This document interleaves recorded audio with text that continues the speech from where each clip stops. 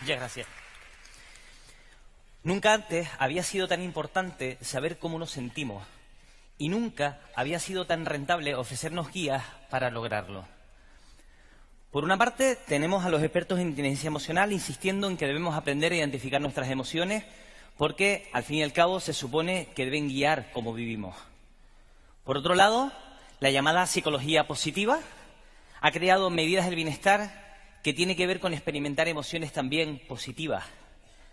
Y si lo que nos ocurre es que tenemos un problema emocional, contamos con un montón de drogas y de terapias que pretenden ayudarnos a sentir lo que se supone que debemos sentir en cada situación.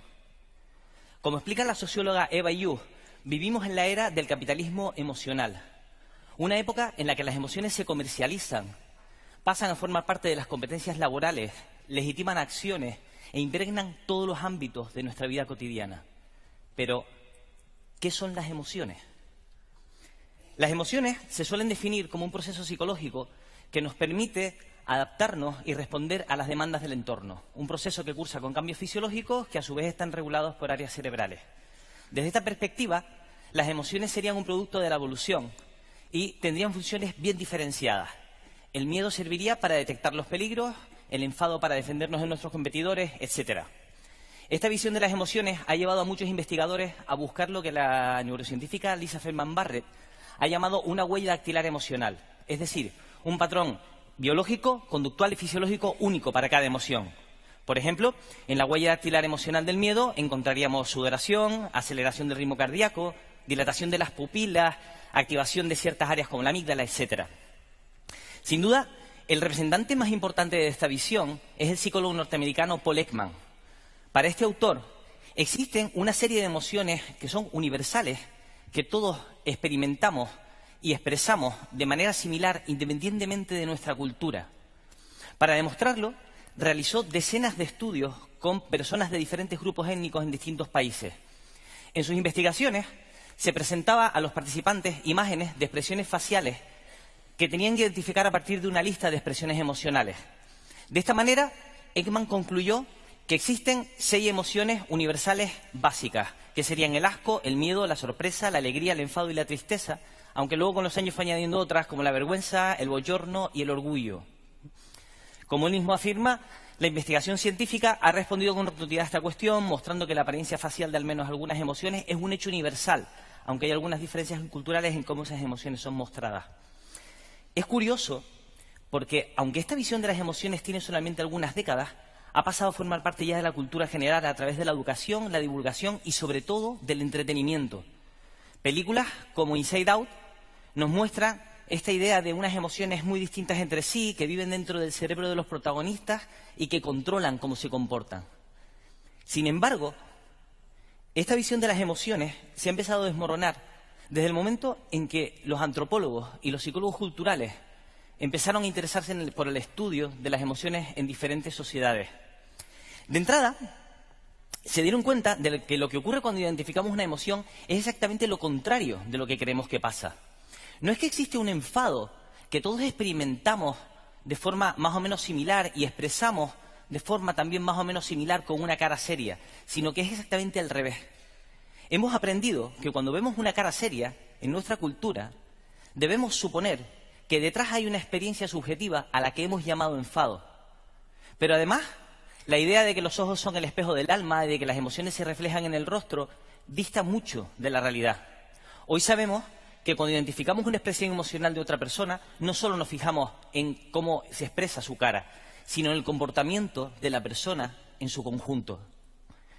Esta creencia de que las emociones son una experiencia universal, que todos vivimos por igual y expresamos más o menos igual, esta creencia de que para nosotros es tan natural, es algo realmente excepcional en la mayoría de las culturas. La psicóloga Batia Mesquita ha mostrado que en la mayoría de las culturas esto no es así. Esta visión de las emociones tiene que ver con, está íntimamente relacionada con los países que ella misma denomina como weird, raros. Los países occidentales, educados, industrializados, ricos y democráticos. En la mayor parte del mundo, las emociones no se ven como una experiencia individual y subjetiva, sino como un fenómeno público, social y relacional. Veamos algunos ejemplos. En un estudio de la propia autora se presentaba a los participantes imágenes de un deportista celebrando una victoria con su equipo y se les pedía que identificaran la emoción del campeón, ¿no? Un grupo estaba formado por estudiantes estadounidenses y se comprobó que este grupo, a la hora de identificar la emoción, se fijaba en la expresión del sujeto del centro. En cambio, el otro grupo, que estaba formado por estudiantes japoneses, identificaba la emoción fijándose en la expresión de todo el colectivo. Para los japoneses, las emociones no son una experiencia subjetiva e individual, sino colectiva y relacional. Otro ejemplo lo tenemos en Samoa. Cuando los samoanos utilizan la palabra alofa, que podríamos mal traducir por amor, en ningún momento tiene nada que ver con ningún tipo de sensación ni experiencia subjetiva. Alofa es una emoción que se define por actos de generosidad. Pero si hay una emoción que es realmente indeseable en nuestros países Wade, esa es sin duda alguna la vergüenza.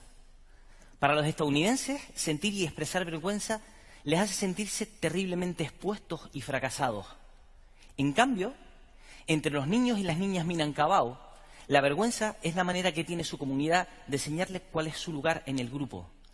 Entre los Minangkabau, la vergüenza no es vista como un signo de debilidad, sino una virtud. Mostrar vergüenza es tu manera de decirle a los demás que sabes cuál es tu relación con ellos y que ese vínculo te importa.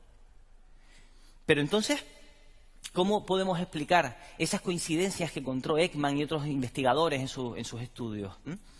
Pues resulta que esas coincidencias tienen que ver con un problema de metodología, con un problema metodológico. Y es que la metodología que utilizaron no recogía correctamente las diferencias culturales. Cuando Ekman y otros investigadores presentaban una imagen de un rostro junto con un listado de palabras emocionales, las coincidencias eran altísimas. En cambio, otros investigadores lo que hicieron fue presentar imágenes de expresiones faciales, pero sin ninguna palabra, y le pedían a los sujetos que identificaran las emociones. En ese momento las coincidencias se desplomaban, y lo hacían todavía más cuando se les pedía que emparejaran emociones similares. Las emociones no son experiencias universales que todos experimentamos y expresamos de forma similar.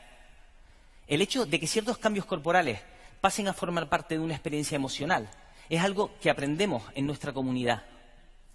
De hecho, si el creador de Inside Out no hubiera sido estadounidense, probablemente las emociones que habrían aparecido en la película habrían sido otras completamente distintas. Para entender cómo se enfada un argentino o cómo llora un coreano, tenemos que saber por qué un acontecimiento es importante para la persona en su situación, cómo esperan los demás que esa persona responda, cuáles son los valores y objetivos que están en juego. Supone elegir una palabra adecuada en su contexto cultural y tener en cuenta cómo se espera que los demás y la propia persona respondan ante esa situación. En estos días, mientras hacía esta charla, estaba pensando en que tenemos una suerte tremenda de vivir en un momento de la historia en el que, para la mayoría de nosotros, la respuesta emocional correcta ante un genocidio es la indignación y la rebeldía. Eso supone, sin duda alguna, un progreso moral que tenemos que defender ante los que pretenden llevarnos de nuevo a la barbarie. Muchas gracias.